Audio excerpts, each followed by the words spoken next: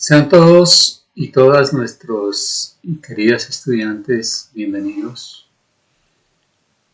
a Vital Salud en tus manos, nuestra academia. A todos los estudiantes de la Universidad Abierta UNI3 aquí en Colombia. Hoy vamos a presentar uno de los temas que más llama la atención y que ocupa hoy los primeros niveles de morbilidad y mortalidad, no solo aquí en Colombia, sino en el mundo, la aparición de células cancerígenas.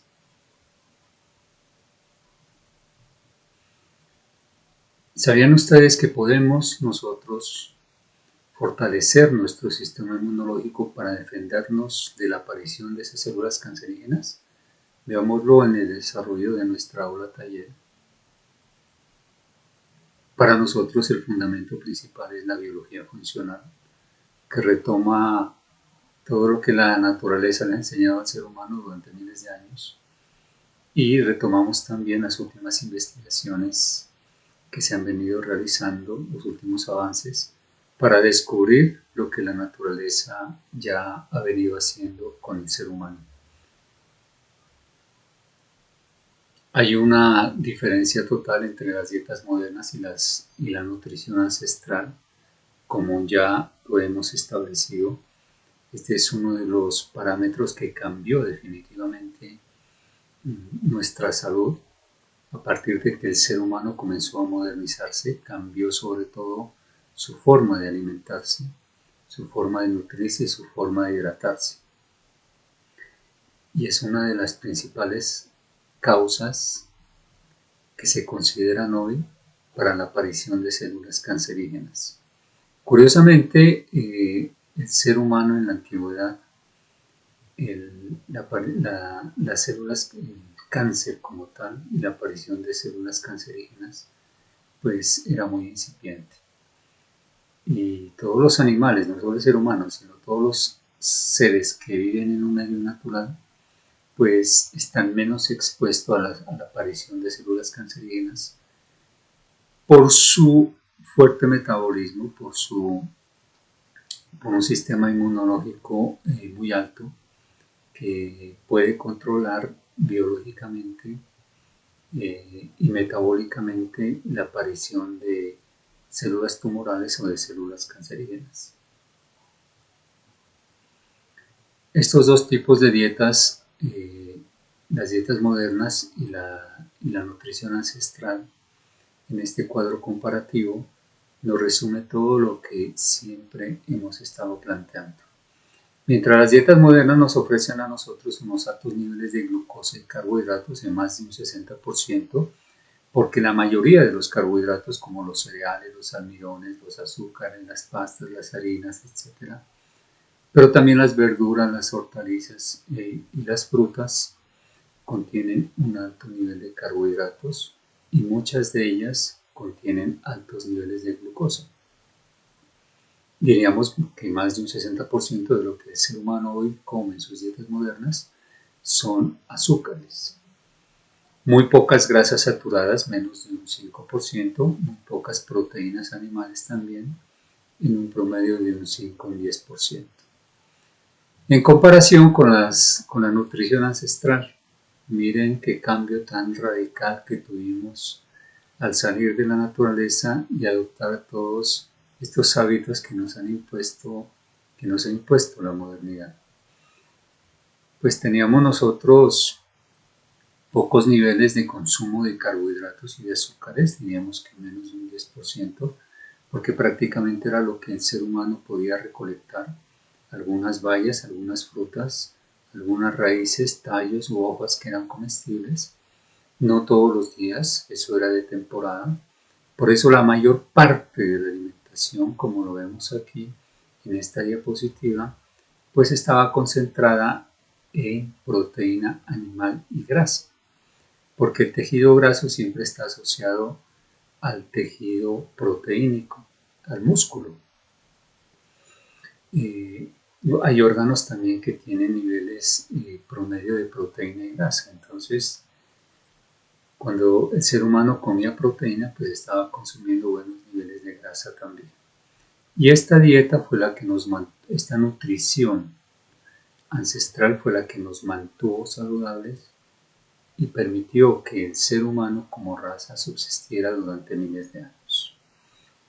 Aquí vemos pues menos un 10% de azúcares y de proteína y grasa, que era la base fundamental y sigue siendo la base fundamental de la nutrición saludable, con un 80% de estos alimentos. ¿Qué es el cáncer? Básicamente, como lo vemos en la diapositiva, cuando las células, por una cantidad de factores, en este caso, como vamos a desarrollar, de tipo ambiental, las mitocondrias, nuestras células, están siendo tan afectadas que llegan a un punto en que comienzan a dividirse, pero se dividen de manera irregular y se dividen desordenadamente. No se dividen cuando se deberían dividir, porque normalmente nuestras células pueden ser reemplazadas por células nuevas, porque las células tienen un tiempo de vida en nuestro organismo, como por ejemplo los glóbulos rojos viven 120 días y cada 120 días promedio deben ser reemplazados. En cambio, este tipo de células simplemente se reproducen, se dividen y se dividen, comienzan a formar tumores y en la mayoría de los casos se convierten en células cancerígenas. Estas células pueden viajar por todo el organismo, producir metástasis y desarrollar tumores cancerígenos tan agresivos que pueden acabar en la muerte de la persona que tiene X o Y tipo de cáncer. Uno de los fundamentos que hemos planteado desde Vital, desde nuestro sistema de nutrición, está basado en el alto consumo de lácteos y carbohidratos, como ya vimos en las diapositivas. Producen una inflamación crónica que se llama disbiosis. Este desequilibrio de los microorganismos que viven en el intestino grueso y en el intestino delgado produce una inflamación crónica de bajo grado. Y esta inflamación obviamente pues está afectando continuamente nuestro sistema inmunológico. Por eso prácticamente cuando estamos consumiendo todos estos alimentos continuamente, estamos afectando nuestro sistema inmunológico todos los días. Es un sistema inmunodeprimido crónico. Pero además cambian el pH intestinal.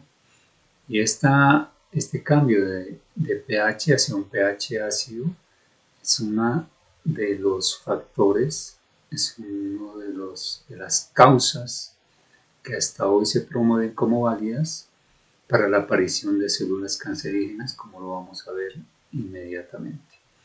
En cambio, nuestra dieta ancestral, miren, consisten en proteínas y grasas animales con más probióticos naturales. Vamos a tener un intestino muy saludable. En esta diapositiva vemos cómo esta inflamación crónica es una de las causas de cáncer, además de otro tipo de enfermedades que se están generando en nuestro organismo. Pero hoy vamos a hablar del cáncer. El exceso de consumo de lácteos, carbohidratos, cuando hablamos de lácteos, hablamos de leche, queso, yogur, kumis, etcétera, etcétera, más carbohidratos, almidones, panes, pastas, harinas, ensaladas, verduras, frutas, dulces, etcétera. Cuando llegan a nuestros intestinos, pasan por nuestro estómago, producen un pH ácido intestinal que alimenta una microbiota demasiado ácida, que es lo que nos está inflamando crónicamente. Y no solo los intestinos, aquí se siente la inflamación, se siente la distensión abdominal por gases, por estreñimiento, por ese malestar que producen estos alimentos. Pero más allá de eso, están inflamando crónicamente todos nuestros sistemas, todos los sistemas que tiene nuestro organismo.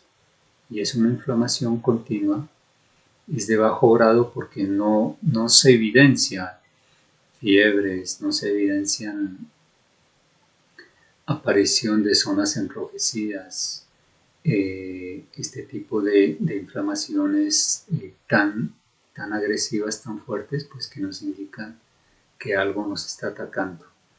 Pero la inflamación está ahí y está ahí y está causando todo este desbalance metabólico en nuestro organismo.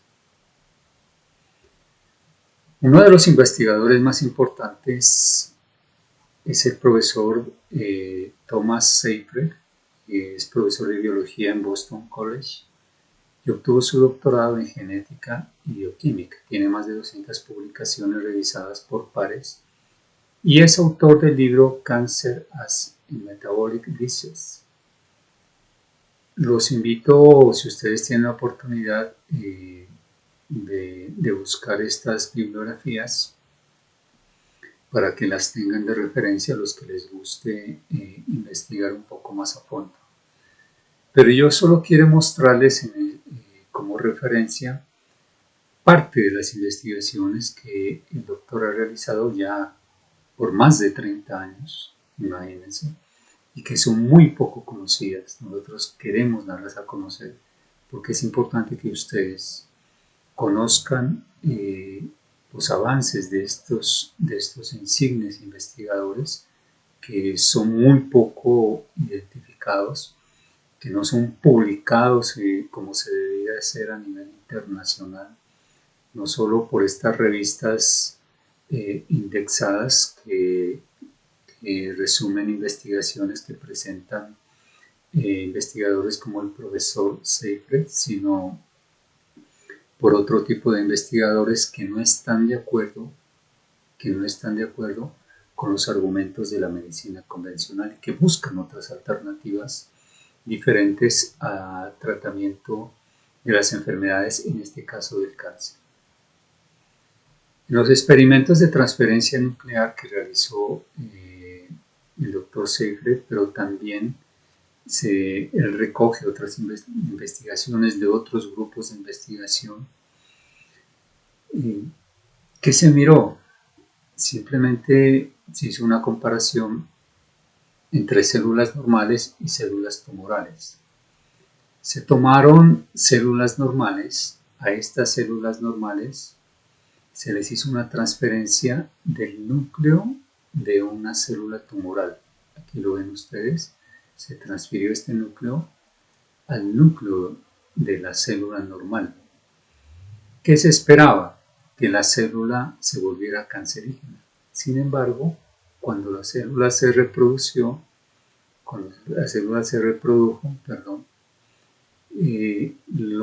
las dos células que nacieron de esta célula nacieron normales, y este es uno de los avances que nos comienza a llamar la atención, porque estas dos células hijas no resultaron cancerígenas a pesar de que contenían un núcleo de una célula que provenía de una célula cancerígena. Y por otro lado se tomó una célula cancerígena y se le transfirió un núcleo de una célula normal, de este a este. ¿Y qué sucedió aquí? Que las mitocondrias que predominaban en la célula cancerígena hicieron, esta es la hipótesis, y aquí lo están demostrando, que las dos hijas que nacen de esta célula son células cancerígenas. Y aquí viene una disregulación anormal, un sobrecrecimiento de células cancerígenas. Lo que quiere decir que son las mitocondrias y no el núcleo los que están regulando esta disfuncionalidad. Y esto rebate muchísimo pues toda esta teoría de metabolismo mitocondrial, explicando el origen y el tratamiento del cáncer, ¿sí? en contravía a las teorías que hablan de la mutación somática o la mutación genética. Pero ¿qué investigó aún más el doctor Seyfried? Miren el análisis que él hizo de las mitocondrias en su función, de estas células cancerígenas. Muchas de estas mitocondrias, un ser humano en una célula puede tener 2, 3 mitocondrias. Estas mitocondrias eran defectuosas. En su morfología y en su función también eran anormales, muchas de estas mitocondrias. Y también eran reducidas en número, se reducían en las células cancerígenas. ¿Qué descubrió? Pues que estas células pues están en un ambiente rico en glutamina y glucosa, se alimentan de esa glutamina y de esa glucosa. Cuando la célula está en este estado, cuando la célula se está reproduciendo mal, pasa una respiración química, una fermentación anaeróbica sin presencia de oxígeno. Aquí esta es una evidencia total de que la célula tiene una disfunción metabólica e inmediatamente comienzan a dividirse de una manera normal. Como ya lo dijimos aquí en esta investigación de esta transferencia nuclear, son las mitocondrias las que están determinando el sobrecrecimiento de la división celular de estas células que se vuelven cancerígenas. En estas condiciones, lo que quiere decir que son las mitocondrias las que están controlando el ciclo de las células. Miren este argumento tan importante. Son las mitocondrias y no el núcleo el que está determinando este ciclo irregular de las células.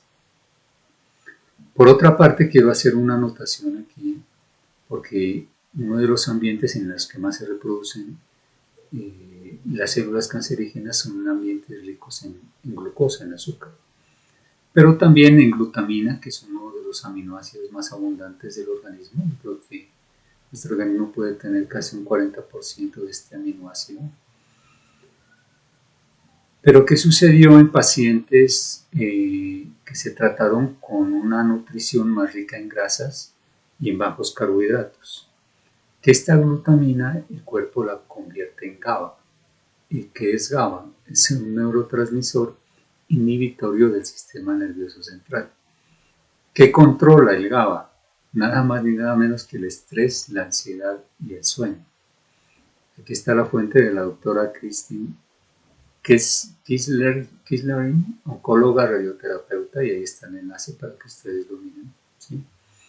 Muy importante también esta investigación de esta oncóloga radioterapeuta, que también nos da una idea muy clara de cómo cuando nosotros comenzamos a subir los niveles de grasas en la alimentación y bajamos los carbohidratos, miren cómo funciona uno de los combustibles como la glutamina, que utilizan las células cancerígenas para reproducirse. Cuando se comienzan a desarrollar estas células cancerígenas, el cuerpo responde como siempre ha respondido con su sistema de defensa. ¿Quiénes son las células que nos defienden? Las células que están como en esa primera línea. Son los macrófagos. Los macrófagos vienen de los monocitos. Estos macrófagos atacan virus, bacterias, microorganismos, y en este caso atacan células cancerígenas que están reproduciéndose de esta manera. El cuerpo, ¿qué hace para defenderse de estas células cancerígenas? Pues envía una buena cantidad de macrófagos hacia ellas, hacia la zona donde se detecta el sobrecrecimiento celular. Pero estos macrófagos curiosamente se agrupan, y esa es la teoría del Dr. Seyfried. Estos macrófagos se agrupan en células polinucleadas para poder enfrentar este sobrecrecimiento tumoral, porque son muchas células las que están creciendo. Imagínense solo una célula cancerígena que comienza a duplicarse, las dosis comienzan a duplicarse, los tejidos comienzan a crecer y comienzan a formar estos tumores. Entonces, estos macrófagos, al parecer, en su fisiología, ellos se unen y forman estas células polinucleadas para enfrentar estos tejidos y estas células cancerígenas. ¿Qué sucede cuando las células polinucleadas enfrentan a las células cancerígenas? La teoría y la hipótesis del doctor Siegfried es que las mitocondrias de las células cancerígenas diluyen, mucha atención con esto, diluyen las mitocondrias de las células polinucleadas y cambian su metabolismo, cambian su funcionalidad. ¿Qué sucede cuando cambia la funcionalidad de la célula polinucleada?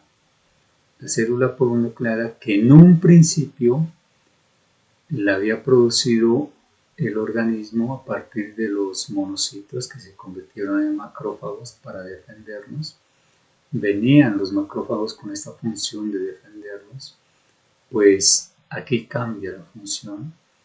Estas células comienzan a viajar por todo el sistema sanguíneo porque los macrófagos pueden entrar casi a todos nuestros tejidos, absolutamente casi a todos, y van con un mensaje diferente porque inhiben el sistema inmunológico.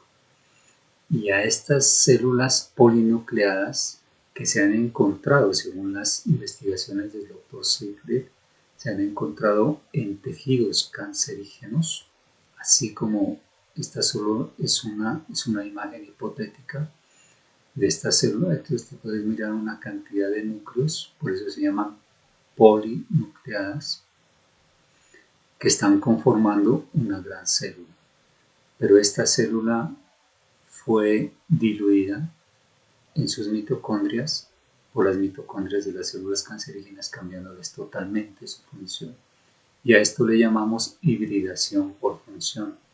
Entonces, cuando hablamos de células, cuando hablamos de que las células están invadiendo otros tejidos o están haciendo metástasis, serían, según la teoría del Dr. Siegfried, nuestros propios macrófagos transformados en células polinucleadas, modificadas en sus mitocondrias, las que están llevando este mensaje de estas células cancerígenas a otras partes de nuestro organismo. ¿Qué les parece?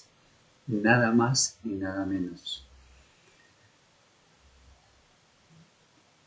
Bueno, hasta aquí dejamos la teoría porque vamos a retomar este argumento con la diapositiva que ya proponemos nosotros desde nuestro modesto punto de vista como biólogos.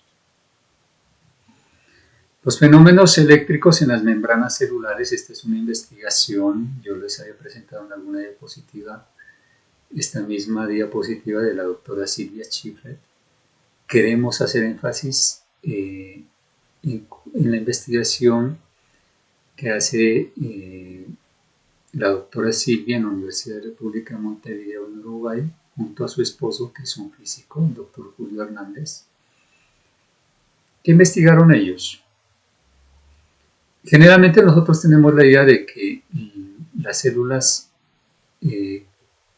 como las células cerebrales, las neuronas, los miocitos, las células musculares o las células del corazón, los cardiomiocitos, funcionan eléctricamente como las neuronas. Pero no solo ellas funcionan eléctricamente. Todas nuestras células, todas, absolutamente todas, también funcionan eléctricamente. Entonces, ¿ellos qué hicieron? Hicieron unos estudios en unos tejidos de epitelios, ¿sí? Identificaron con unos equipos súper especiales los voltajes de las células de estos epitelios. Por ejemplo, el intestino delgado y el intestino grueso está revestido por este tipo de epitelios son tejidos de una sola capa que recubren el intestino delgado y el intestino grueso, pues encontraron que las células tenían unos gradientes altísimos de voltaje, tan altos que llegaban a 200.000 voltios por centímetro.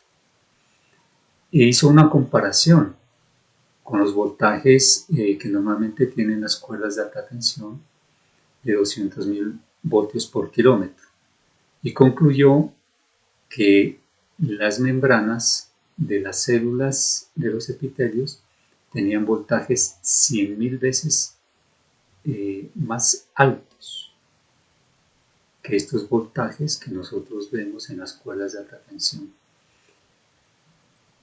¿Para qué está utilizando estas células estos voltajes tan altos? Lo uno es el descubrimiento tan sorprendente de cómo estas células se están utilizando ahí en el ambiente de las células en unos voltajes altísimos. Y la pregunta es ¿para qué los utilizan? La capacidad de realizar trabajo de estas células con esta batería eléctrica pues es enorme. Esta electricidad no está ahí gratuitamente. Estos voltajes la célula debe estarlos utilizando.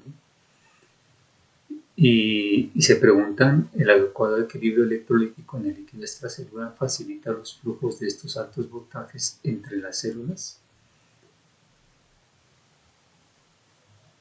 Miren en la diapositiva el experimento que ellos hicieron. Bajaron el potencial eléctrico de las membranas normales, ¿sí? Lo bajaron con los ejemplos de experimentación que ellos tenían, y cuando bajaba el potencial eléctrico de la membrana, las células comenzaban a separarse. Aquí están las células en rojo, las que están en verde son los citoesqueletos, que están formados por actina al interior de la célula. La célula tiene un citoesqueleto que le da forma, ¿sí? Y cuando se bajaba el potencial de membrana de estas células, pues las células se separaban. Estos espacios que dejan las células permitirían, por ejemplo, a nivel intestinal, que muchas sustancias, microbios, microorganismos, virus, patógenos, puedan atravesar la membrana y puedan atacarnos. Sería una de las bases de la celiaquía y de las enfermedades autoinmunes, a lo que le llamamos nosotros permeabilidad intestinal.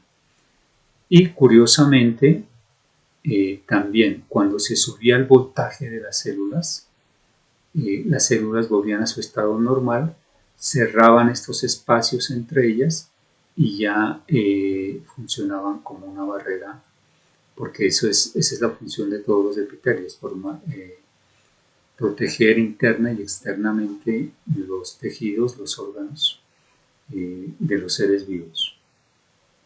Entonces miren la importancia de estos resultados. ¿Por qué nosotros hacemos énfasis en esto?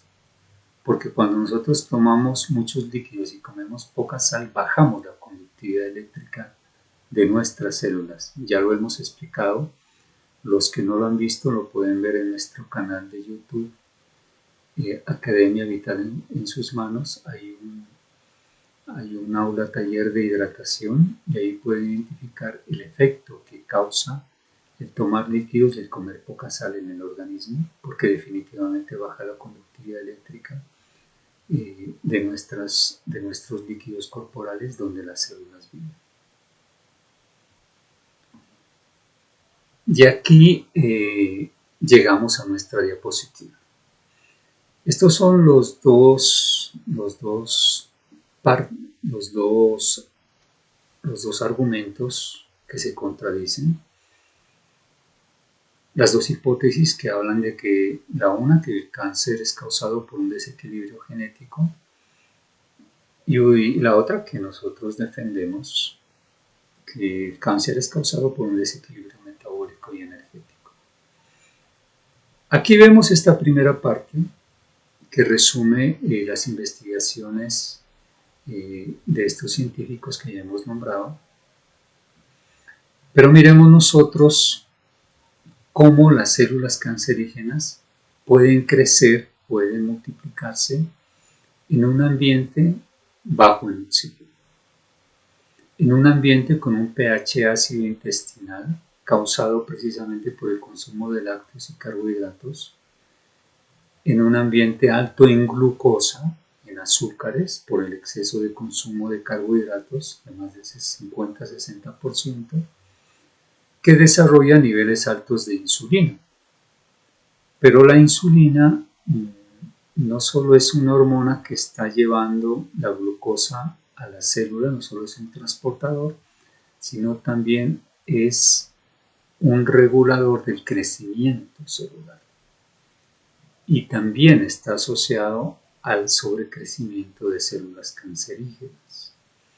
Entonces miren por un lado de la balanza cómo nosotros mismos con unos pésimos hábitos de nutrición, de consumo alto de lácteos y de carbohidratos, estamos causando unos pH ácidos intestinales tan fuertes, el sobreconsumo de glucosa, las cantidades de insulina que están recorriendo nuestro sistema sanguíneo son el factor primordial, son el caldo de cultivo, son el alimento ideal donde las células cancerígenas se desarrollan y crecen. En muchos de los estudios que se han hecho de tejidos de células cancerígenas, pues se han encontrado estos tumores con estas características. Y por el otro lado, lo que nosotros estamos planteando desde nuestro muy humilde punto de vista desde la biología funcional, el consumo de 2-3 litros de agua y el consumo de bajos niveles de menos de 6 gramos de sal diarios produce una baja conductividad eléctrica. Ya lo hemos enseñado. La membrana de las células normalmente mantiene un potencial eléctrico de menos 30 milivoltios. Ese es un potencial promedio normal.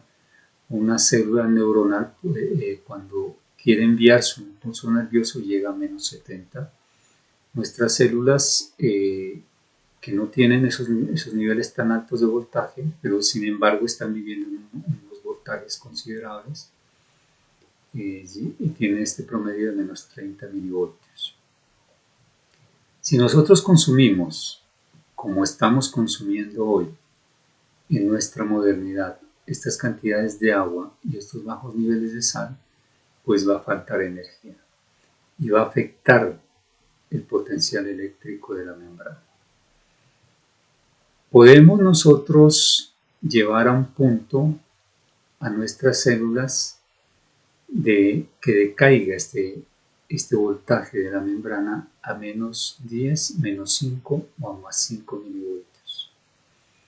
Cuando el voltaje de la membrana celular decae a estos rangos tan bajos de voltaje de menos 10, menos 5 o más 5, como lo ven aquí, como ustedes lo aprecian aquí en la diapositiva, aquí cambia la polaridad de la membrana. Puede cambiar la polaridad de la membrana. Y cuando cambia la polaridad de la membrana, comienza a entrar menos oxígeno a las mitocondrias. Nuestras células deben respirar oxígeno. Pero cuando bajan los niveles de oxígeno, se produce un estado de hipoxia, que es un ambiente muy bajo en oxígeno. Esta señal de hipoxia llega a las mitocondrias, porque el ciclo de Krebs o el ciclo de los ácidos tricarboxílicos que se realizan en la mitocondria para producir energía y para producir otra cantidad de reacciones bioquímicas que tiene nuestro organismo, porque ellas no solo producen energía, tienen muchas otras funciones. Cuando llega esta falta de oxígeno, esta señal, la mitocondria manda un mensaje reverso al núcleo. Y el núcleo de la célula activa una respiración sin oxígeno. Esta respiración sin oxígeno le llamamos respiración fermentativa. Normalmente la mitocondria produce la fosforilación oxidativa en presencia de oxígeno, pero si ya no tiene el oxígeno, pues inmediatamente tiene que mandar la señal al núcleo para que el núcleo active la otra respiración que le ayuda a la célula a sobrevivir. Es un sistema de sobrevivencia de la célula. ¿Sí? Entonces miren por dónde puede ir el cáncer. Estamos nosotros permitiendo, atacando nuestra misma célula, nuestras propias células, para que ellas activen un sistema fermentativo de respiración sin presencia de oxígeno. Y ya sabemos, como lo vemos aquí en la diapositiva, por eso todo está enlazado, como ustedes pueden mirar, que esta no presencia de oxígeno es uno de los caldos de cultivos para la aparición de células cancerígenas. Miren entonces cómo se pueden desarrollar células cancerígenas por causa de un desequilibrio metabólico por una parte y de un desequilibrio energético por la otra parte. ¿Qué debemos hacer? Bueno, nosotros hablamos de pautas de prevención metabólicas y por eso estamos nosotros trabajando en la educación, en la formación, en el cambio de hábitos, en estos estilos de vida saludables. ¿Cuáles serían las pautas metabólicas de prevención? Pues controlemos los niveles de glucosa y de insulina que estamos produciendo, que estamos consumiendo y que nuestro organismo está produciendo a nivel de células sanguíneas, que son uno de los antecedentes, como ustedes lo miran aquí, de la aparición de células cancerígenas. Entonces, controlar los niveles altos de glucosa, ¿cómo lo hacemos? Esto hay que hacerlo gradualmente. Nosotros aquí estamos solo dando las pautas en nuestra Academia Vical Salud en tus Manos. Los pacientes que requieran mayor asesoría y mayor información, pues la pueden obtener. Al final ya les damos el contacto de nuestras redes. Pero si ustedes lo van a hacer, no lo vayan a hacer inmediatamente como lo estamos planteando aquí, porque esto lleva un proceso, esto lleva un camino. Hay que hacerlo bien. Nosotros sugerimos llegar al consumo de menos de 40 gramos de carbohidratos diarios, ¿sí? Y a un consumo más alto de proteína y grasa animal. Es fundamental subir los niveles de proteína y de grasa animal para que nuestras células dejen de alimentarse de glucosa y comiencen a alimentarse de ácidos grasos. Los ácidos grasos que contiene la carne, cualquier tejido animal, el huevo, el pollo, el pescado, todos tienen grasa saturada y se convierten en ácidos grasos, que son la fuente natural de energía de nuestras células. La fuente natural de energía de nuestras células no son los azúcares, son los ácidos grasos y siempre lo han sido. Por eso en las dietas ancestrales, como lo hemos visto, ellos comían bajos niveles de azúcar, eran muy bajísimos, y entonces uno se pregunta de dónde obtenían ellos la energía. Pues de las grasas, ¿sí?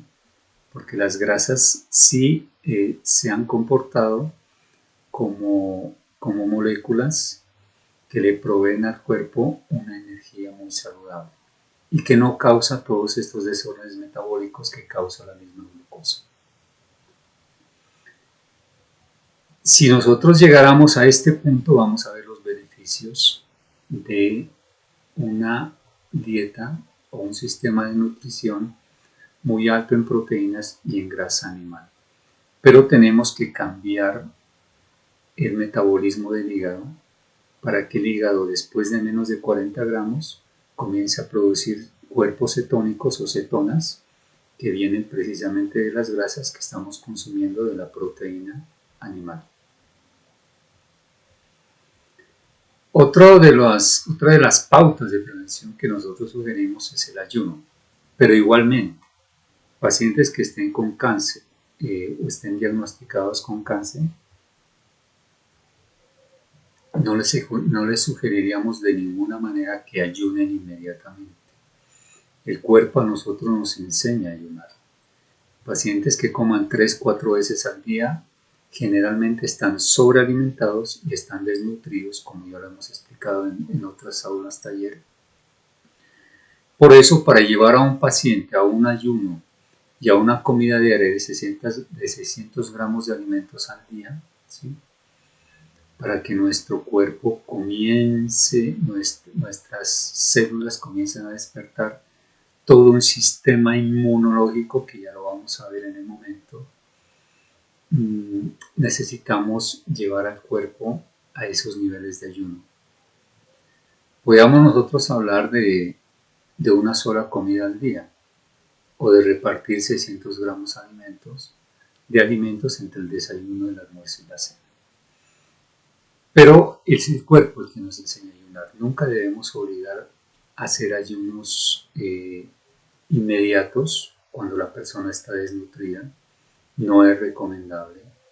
¿Cómo vamos nosotros a poner a ayunar a un paciente con cáncer en el estado inmunodeprimido en que está, con bajo nivel de nutrientes?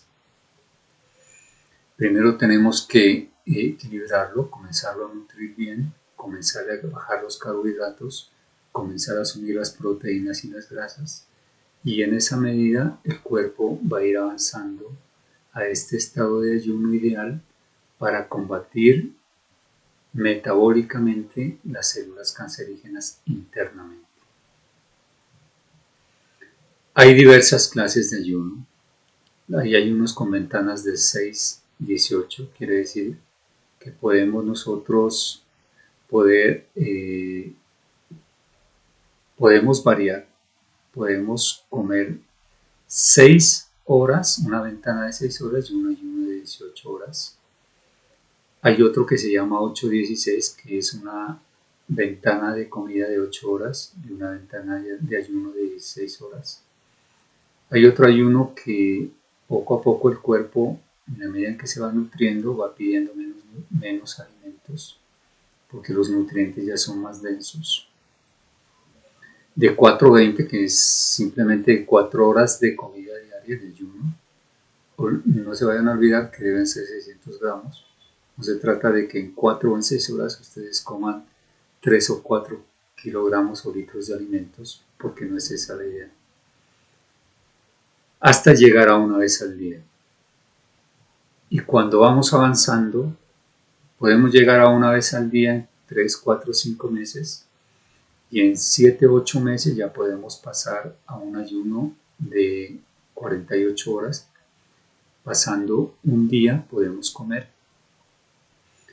Pero cuando llegamos a este punto, ahí el cuerpo ya está muy bien nutrido. Y es aquí donde el organismo ya desarrolla otro sistema de defensa que se llama autofagia.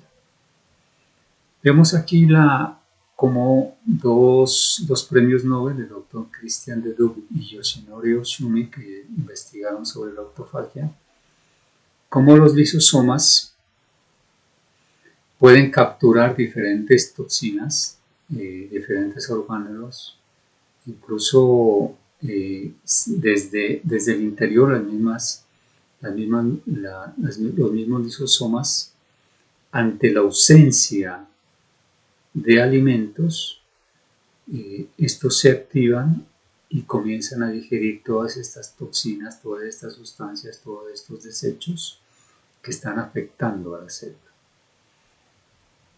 Los autofagosomas, ellos tienen una doble membrana, ellos simplemente van rodeando todos estos metabolitos que pueden llegar a ser cancerígenos también.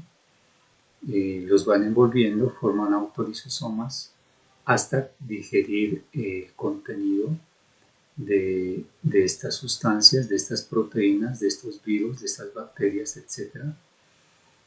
Los diluyen con enzimas y los vuelven a reciclar, que es lo más importante. Por eso la autofagia es un proceso de reciclaje interno. ¿Qué les parece que nuestro cuerpo se recicla él mismo? Nuestras células tienen esa capacidad de autorreciclarse, de autorrepararse. de tomar todos esos desechos, todos esos organelos, todas esas sustancias químicas, esos, eh, esos ácidos, esas bases, todas estas moléculas que están en el citoplasma, que pueden llegar a ser en algún momento cancerígenos, factores de crecimiento, factores cancerígenos, de disfunción metabólica también a nivel de citoplasma. Pues los lisosomas lo que hacen es tomar todos estos desechos celulares, digerirlos y volverlos a convertir en sustancias útiles, ¿sí? En proteínas útiles para el organismo. Nada más ni nada menos, eso es lo que hace la autofagia. ¿Qué haría con las células cancerígenas? Pues hacen lo mismo, atacarían las células cancerígenas desde adentro.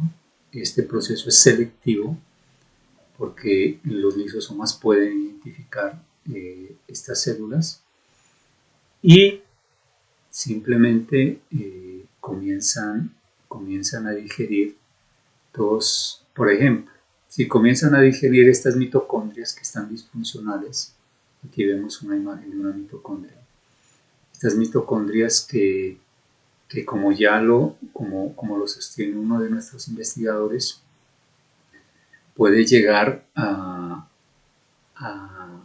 afectar el ciclo de las células, la reproducción celular, pues ellas los pueden atacar y las pueden reciclar para formar nuevas y tener las proteínas, tener los elementos básicos para reconformar nuevas mitocondrias. Entonces, la hipótesis de la autofagia y el reciclaje realmente es un tema muy apasionante, pero que en el caso de las células cancerígenas, pues para los pacientes que tienen cáncer, si podemos llevar a un paciente a este nivel, podemos desatar todo un sistema inmunológico a nivel celular en todas nuestras células, a nivel interno, muy selectivo, que nos ayudaría a convertir estos tumores y estas células cancerígenas. ¿Para qué nos sirve todo este proceso de ayuno? Para todo un proceso de detoxificación también, porque los lisosomas consumen también todas esas toxinas, radicales libres, fracciones de proteínas, grupos metilos. Estos grupos metilos son muy oxidantes, desechos celulares, organelos. Las células todos los días están produciendo desechos. Son nuestros sistemas, las células son nuestras unidades básicas de la vida. Ellas funcionan como nosotros funcionamos. Así como nosotros también comemos y desechamos una cantidad de sustancias que excretamos por la orina, por las heces, por el sudor, por la transpiración, etc. Las células también necesitan excretar todos estos desechos. Pero cuando consumimos demasiados lácteos y carbohidratos, hay demasiados desechos a nivel celular, a nivel intracelular y a nivel extracelular también. Y si no estamos limpiando todos estos desechos, ¿qué puede suceder?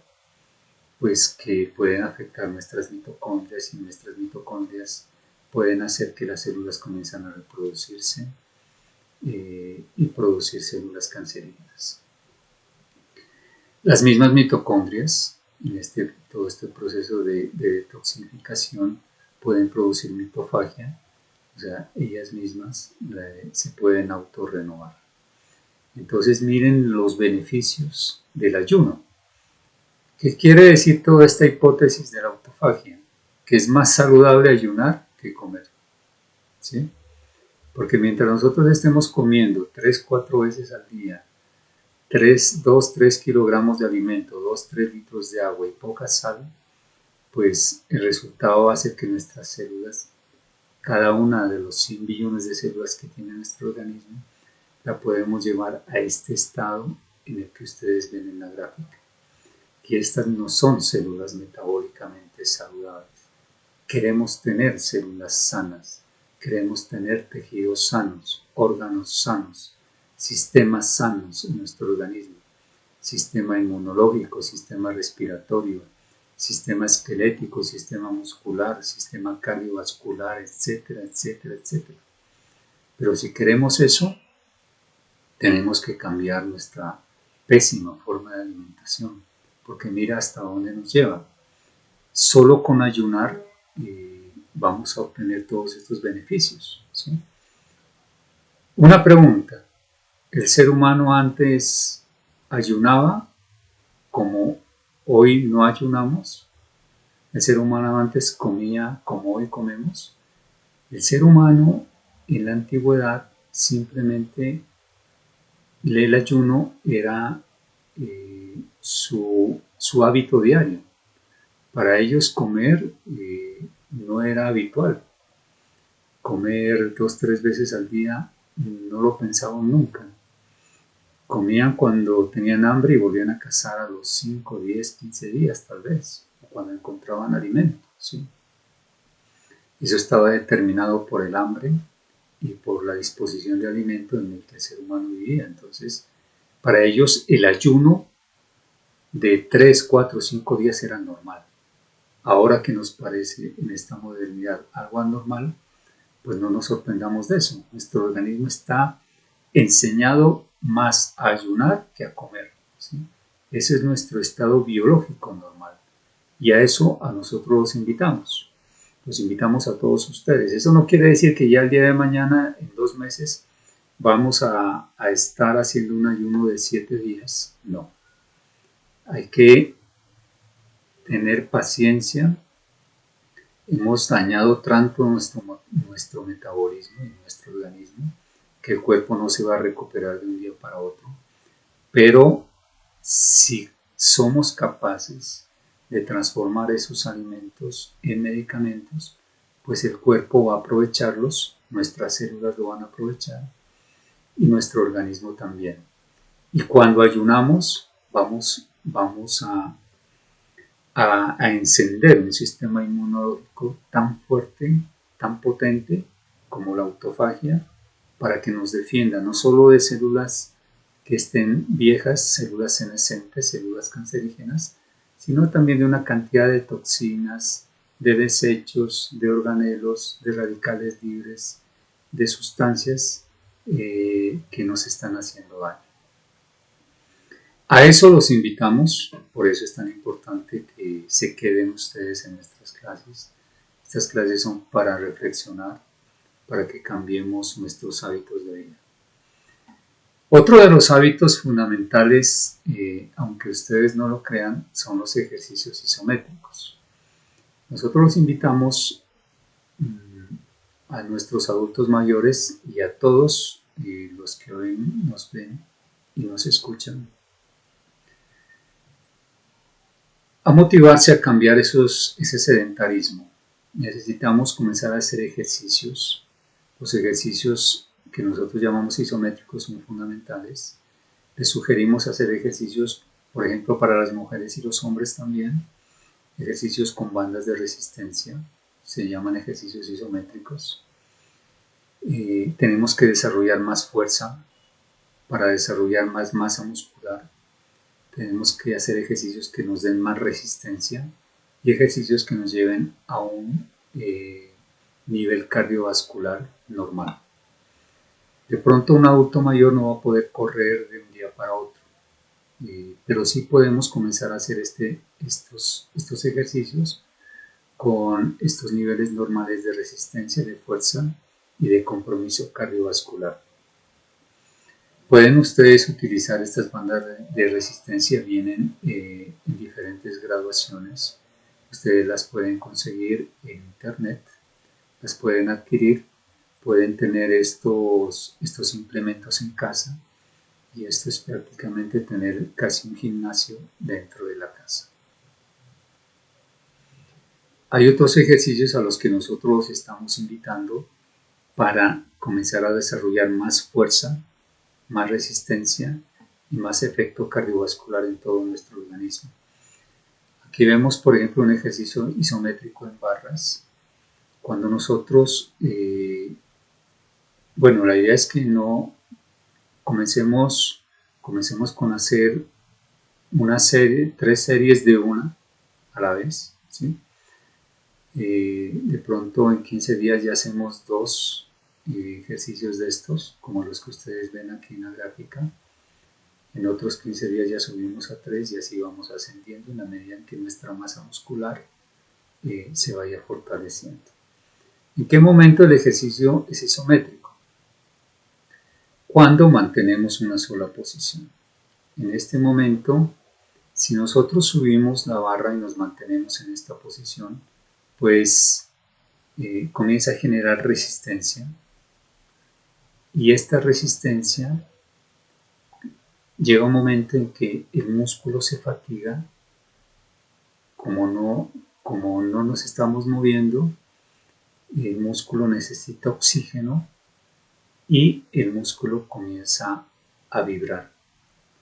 Cuando llega este momento es porque el músculo entra en hipoxia, le falta oxígeno. Y es aquí donde el ejercicio se vuelve cardiovascular.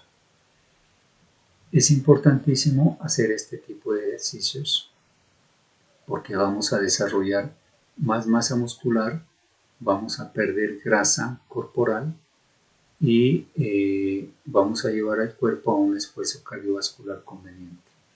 Lo mismo las mujeres pueden desarrollar poco a poco estos ejercicios que se hacen en barras, no solo con bandas elásticas, si lo prefieren haganlo así, pero en la medida en que vayan avanzando ya pueden llegar a este nivel de ejercicios. Este es otro ejercicio isométrico. Aquí ya están comprometidos gran parte de músculos, no solo los pectorales, sino también del brazo, del antebrazo. Cuando nosotros hacemos estas dominadas y podemos bajar a este nivel, aquí nos podemos sostener para permitir que el músculo comience a pedir más oxígeno y la fibra muscular comience a fortalecerse cada vez más. Ustedes pueden utilizar también estos implementos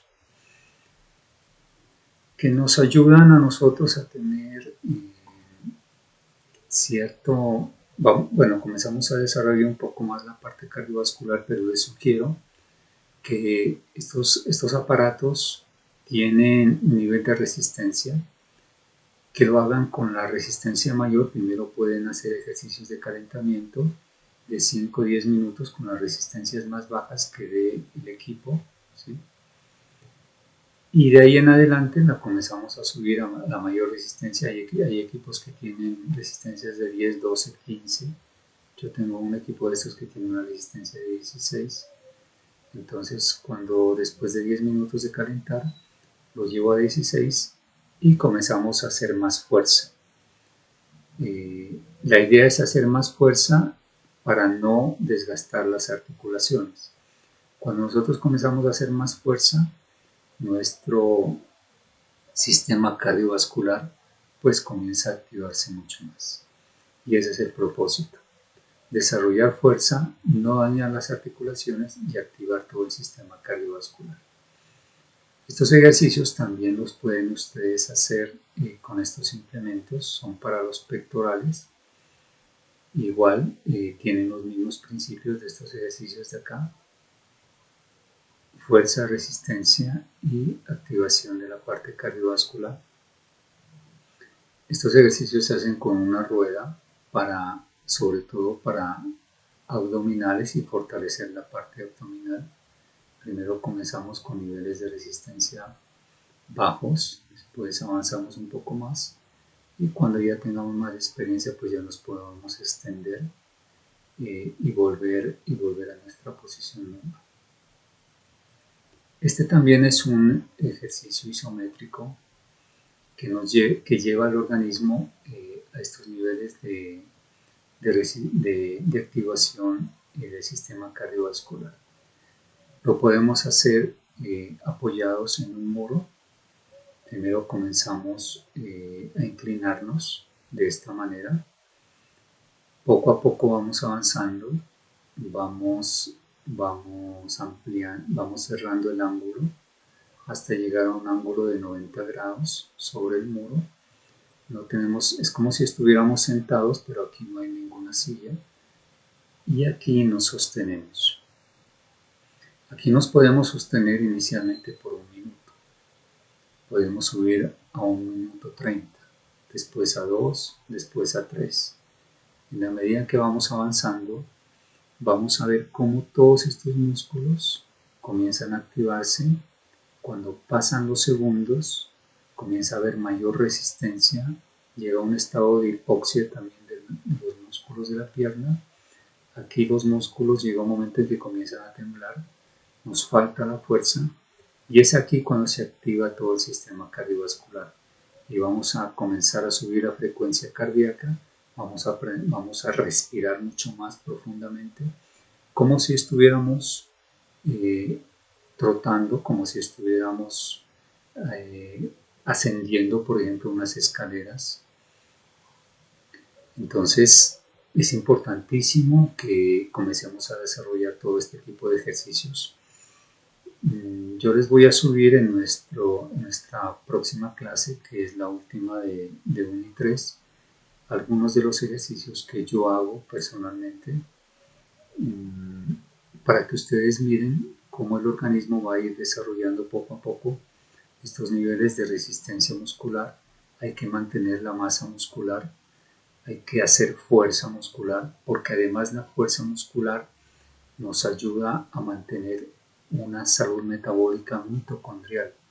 Nuestras mitocondrias están muy saludables cuando nosotros estamos haciendo ejercicio de este tipo muscular y cardiovascular.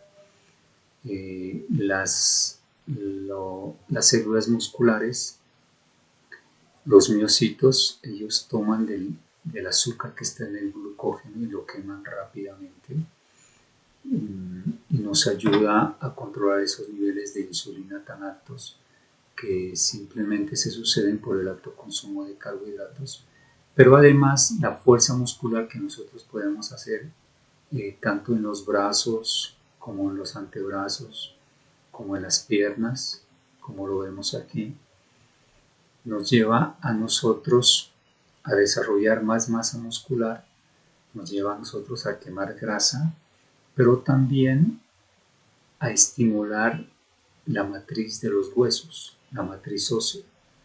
O sea, las mujeres, ya después de la menopausia, los hombres también, pues debemos hacerlo, pero las mujeres sobre todo para prevenir la osteoporosis deben hacer estos ejercicios de esfuerzo cardiovascular isométricos para mantener una matriz ósea saludable. Porque cuando nosotros hacemos estos ejercicios de esfuerzo muscular, pues nuestros huesos también se estimulan, ¿sí?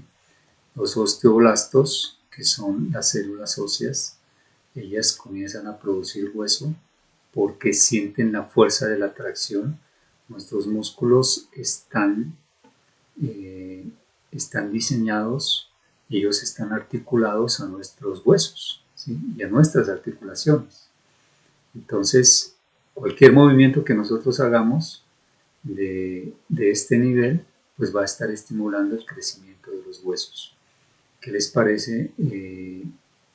Por eso necesitamos hacer ejercicio, necesitamos movernos.